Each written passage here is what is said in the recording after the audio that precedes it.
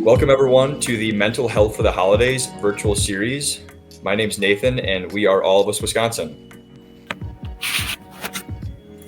Hello, my name is Taquanda. I'm from AOU at the Medill College of Wisconsin. Hi, I'm Samantha. I'm from All of Us at University of Wisconsin-Madison.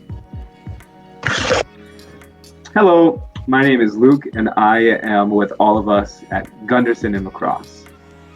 And I'm from Marshfield Clinic in Marshfield, Wisconsin, and we are all a part of All of Us Wisconsin. We hope this virtual series provides tools and awareness to help you enjoy the holidays to the fullest. The All of Us research program is dedicated to understanding mental health as an integral part of health. And please go to joinallofus.org to learn more about the All of Us research program. And stay tuned as we expand on different topics of mental health following this short video.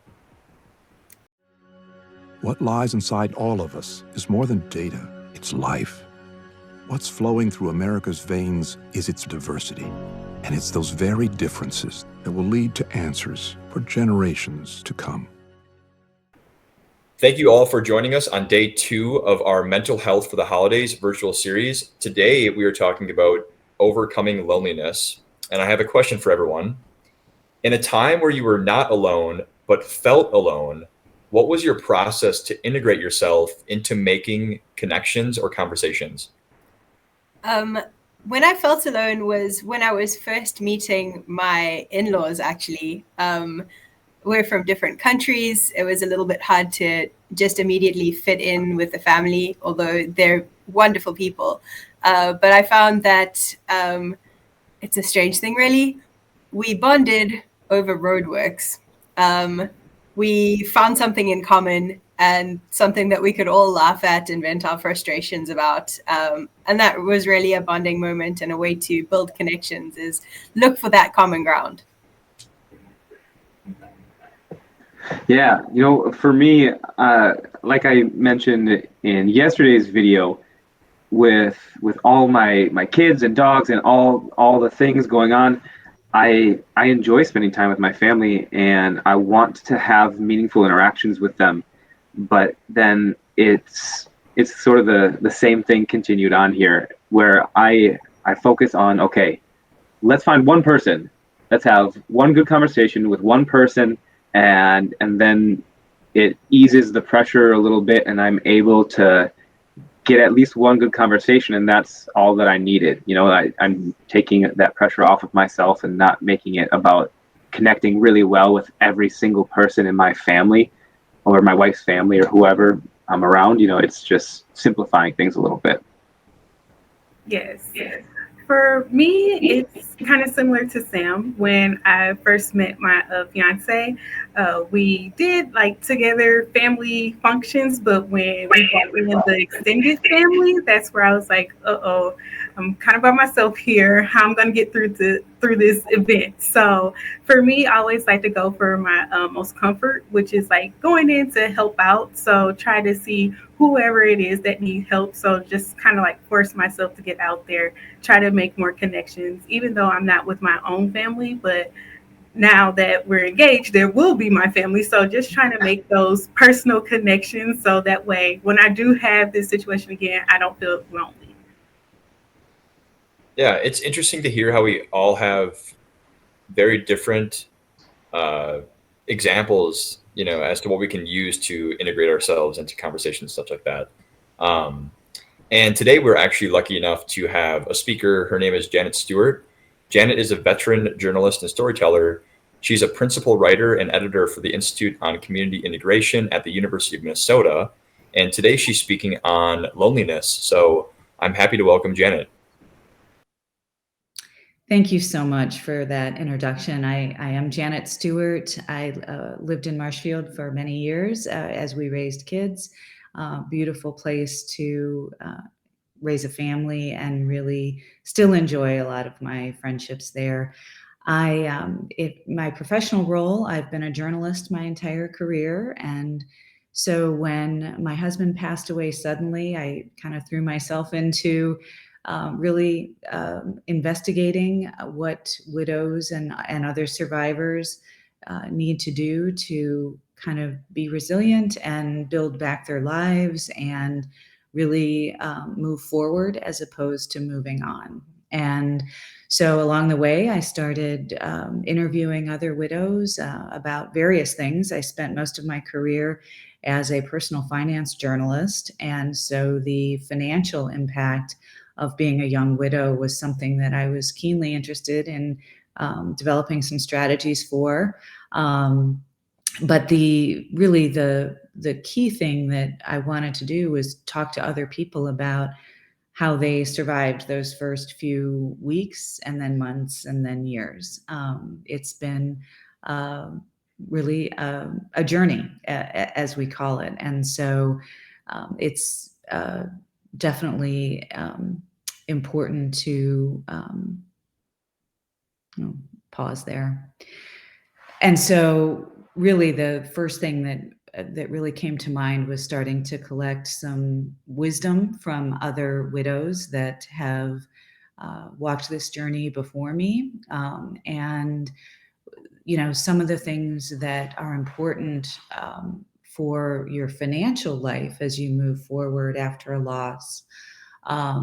Really, you can't get there until you actually take care of yourself first. And so one of the things that I started doing and talking with other widows, there weren't a lot of widows my age in the small town where I was from. And so I went online to some of the widow Facebook groups and just started hanging out in some of those chat rooms and developed some friendships now that go back for a good 7 years since Todd passed away.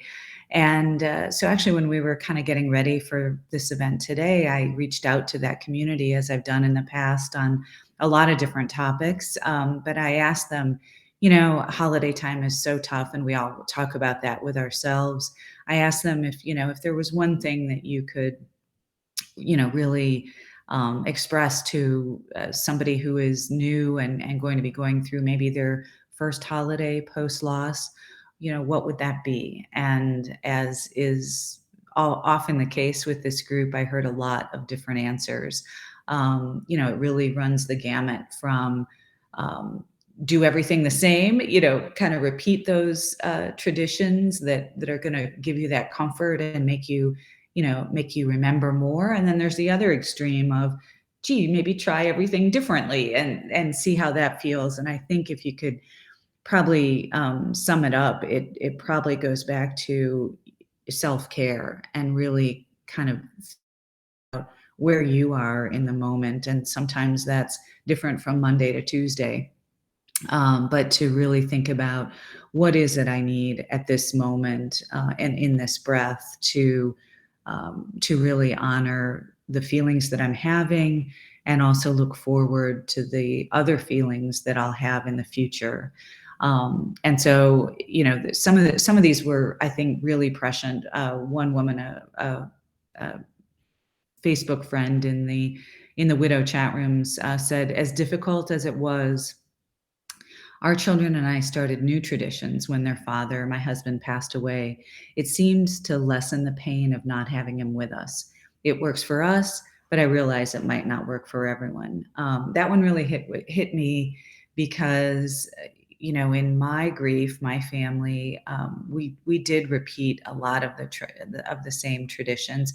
We did start some new ones, but every year at holiday time, for example, we do the passing game. I don't know if you're familiar with that, but it's you sit in a circle with your loved ones, friends and family, and everybody has a small wrapped gift. And you can pull this offline. You can pull this online, but it's the "'Twas the Night Before Christmas" poem, and you take turns reading it. And as the narrator is reading the poem, you're passing gifts left and right. And we had done that as a family for many years, and we still do that with whoever we're having Christmas with that year. So that's one thing that stays the same. And my husband Todd, his birthday is on December 23rd, so a couple of days before Christmas. I would always make a big birthday cake, and I still do that. So there are a couple things that we really hang on to. we do some volunteering and some donating in his name around that time as well. And that is always something that helps us mark the holiday and remember him. And then we look for some new things too. Sometimes when I'm not really feeling up to cooking that turkey dinner all by myself, I don't feel bad about saying, you know what, we're doing carry-in this year, or we're doing something really simple. And so it really, all these comments really kind of boil down to, and why don't you advance the slide? It really comes down to, I think, grief has so many different forms. Sometimes it's very physical, sometimes it's very mental and very challenging. And, it can be easy too, as one of the gals pointed out.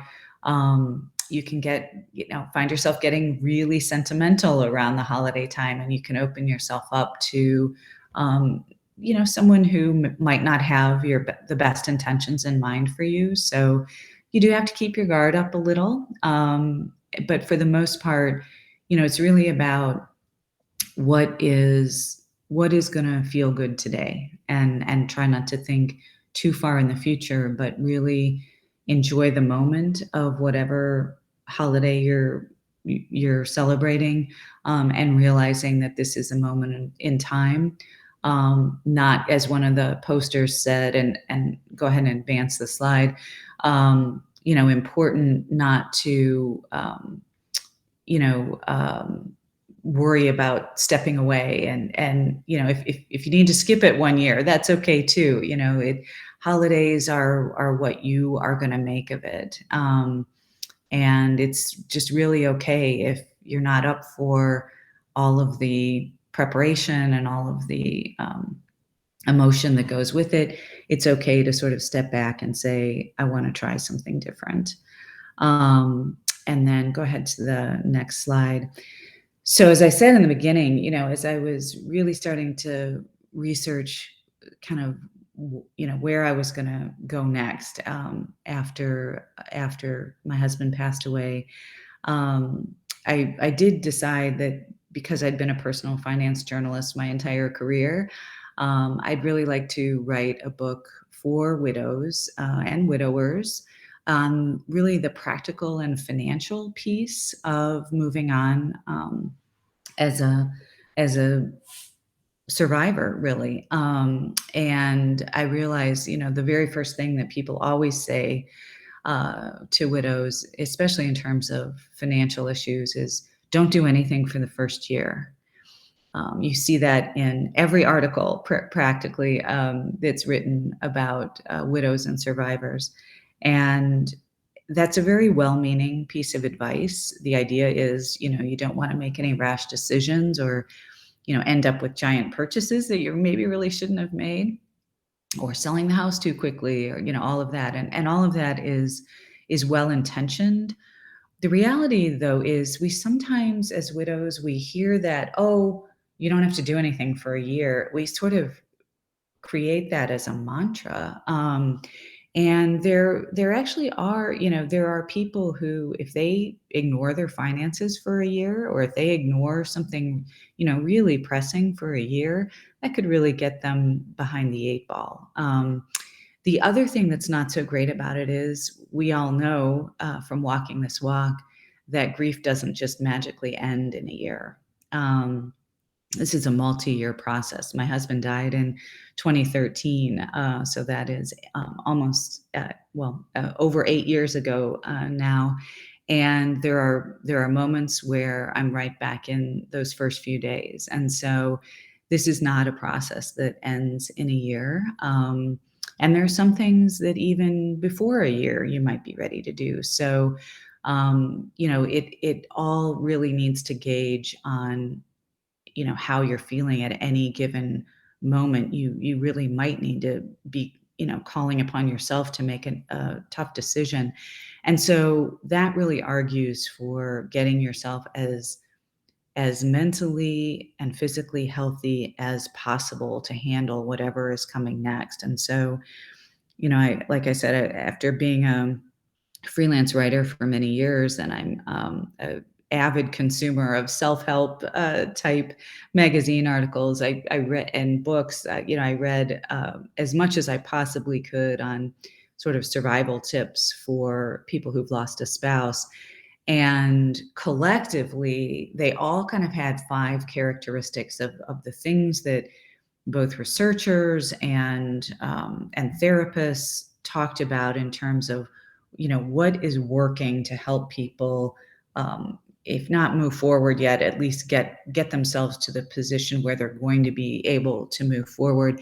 And there are really kind of 5 components, and I kind of used this little acronym MOVES. And the most important one is literal movement. It is, as I said, the grief is so physical. You feel it literally in your body. It wears you out. And the benefits of just getting out every day and moving a little bit. I had a very close girlfriend. She lives in the UK, but she came to me right after my husband died, and she stayed for about 10 days. And every morning, she's a fitness buff, and every morning we got up and did some yoga and took a long walk. And it really, really makes a difference. If you go out and exercise, it's amazing what that does for you right away. You don't have to wait for, to look better in a mirror. You right away feel better if you get out and move. And that can really clear your mind and clear your thinking on a lot of things. And particularly at holiday time, that's when the trip to the gym gets put on the back burner because we have to run out and do shopping and, all these other shoulds and all these other things that kind of crowd in on us at the holiday time. And so it's really important to sort of carve out that extra time to have by yourself, either for meditation or, some quiet space, but really that physical movement is super important. The other is outreach, there, especially at holiday time, people, depending on when you lost your spouse, if it was months ago, a lot of widows that I speak with say that even after a few weeks or months, everybody in my social circle has moved on without me, and they're socializing and not inviting me, and that can be really rough. I was very fortunate being in Marshfield to have, not only in Marshfield, actually elsewhere as well, but just to have a really strong network of friends who kept inviting me places. And certainly that stayed true during the holidays. But if you have withdrawn for a while, a few months in your grief, holidays might be a time to cautiously accept an invitation to a holiday lunch or a brunch, or start slow, but go ahead and start accepting some of those invitations, and even using it as an excuse to have some people over or invite someone yourself somewhere. Don't sit back and wait to be invited, because some people might not know how you're feeling, might be a little hesitant. But if you suggest it, they'll probably say yes. Then the next thing is volunteer, again, with kind of getting out of your own head, finding a place where you can go for a day and pack boxes, or work on a publicity campaign for a nonprofit, or, just engage your mind in the problems that need to be solved in your community, whether your community is next door or the world, can really help put some perspective on your grief, and not dissolve it, but or make it any less important, but give you a break and something else to focus on for a while.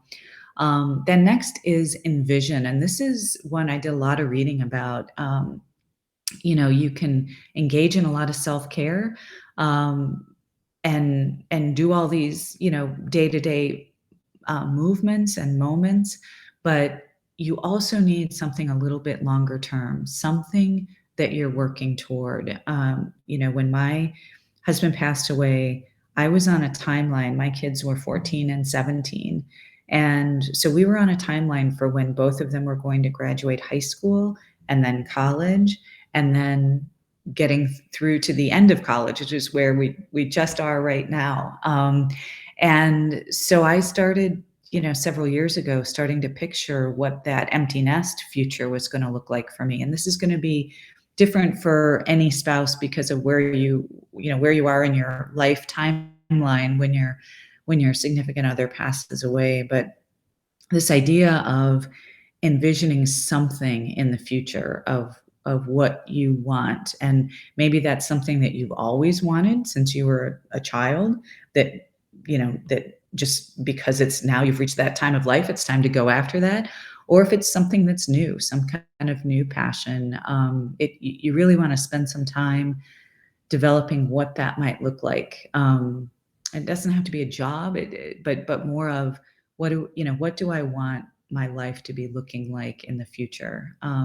Spending a little time meditating on that really gives you a sense of, yes, I'm thinking about the past, I'm thinking about my grief, but I also have something that I'm moving forward to in the future. And then this is a silly one to some, but sleep, especially around the holidays, really an overlooked piece of grief, I think. When we, of course, when we lose our loved ones, we don't sleep very well for some of us for a very long time. And this really, the science on this is really incredible. What the lack of sleep or poor sleep does to you over time. And again, particularly around the holidays, that's one thing that sort of gets off the to-do list. And it's really something that we need to pay attention to. And so just sort of, burning those candles and having that downtime, in the evening and getting better sleep is something, to really focus on. Now, as I say all of this, do I do all of these things perfectly? Absolutely not. I have moved on. I'm back at work as a writer for a university here in Minneapolis, and being back full time, I do not always get the exercise that I want to get every day. And with COVID, it's been really hard to socialize. All of these things, have been a challenge, particularly in the last couple of years. But it is, I do keep coming back to these, and I found that when my life is kind of revolving around these key points, I'm feeling better. So that's kind of it in a nutshell. If you just want to go back to, or we can just leave that slide here. But I think you said you had a question for me. Is that right? Yes. Can you hear me okay? Yes. Excellent. Okay, so there was one question we had, and it's broad, but I think it can really be for anyone. So for someone who is specifically feeling lonely due to a recent loss, the holidays can clearly be more of a struggle than a celebration. Um, and if you could speak to that specific person and maybe give them 1 or 2 points, and I know you went kind of through some of these Some in of your them. presentation, but what would you tell someone who maybe had the loss of a loved one, now that we're so near to the holidays? Mhm. Yeah, I guess I would say, try not to get swept up too much in social media and all of the phenomenal parties you're seeing, and all of the the holiday cheer that a lot of people are putting out there. Remember, everybody has moments during the holiday, even if they're not going through active grief, where it isn't all bells and whistles. Everybody has moments that are tough to get through. We all remember lost loved ones at the holidays, and so I guess the number one thing would be to realize that we're not alone. That pretty much we all have someone we can reach out to share a little bit of holiday memories with. And whether that's jumping in and going to a party with 200 people. You might not be ready for that, but just to reach out maybe to one person and have a nice conversation with that person, or go share a coffee with them, and just check in. I guess the overarching thing would be to start small, so that you're not overwhelmed. Thank you so much, Janet, for sharing your time, presenting and speaking on loneliness. I know there are a lot of people out here that are dealing with this, so I'm hoping that this can be a great resource for some people. And I just want to thank you for your time again. It's been an amazing conversation, presentation. So thank you. Well, and thank you so much. It's been great to be with you, and I really want to wish everyone a peaceful and joyous holiday. Thank you, Janet.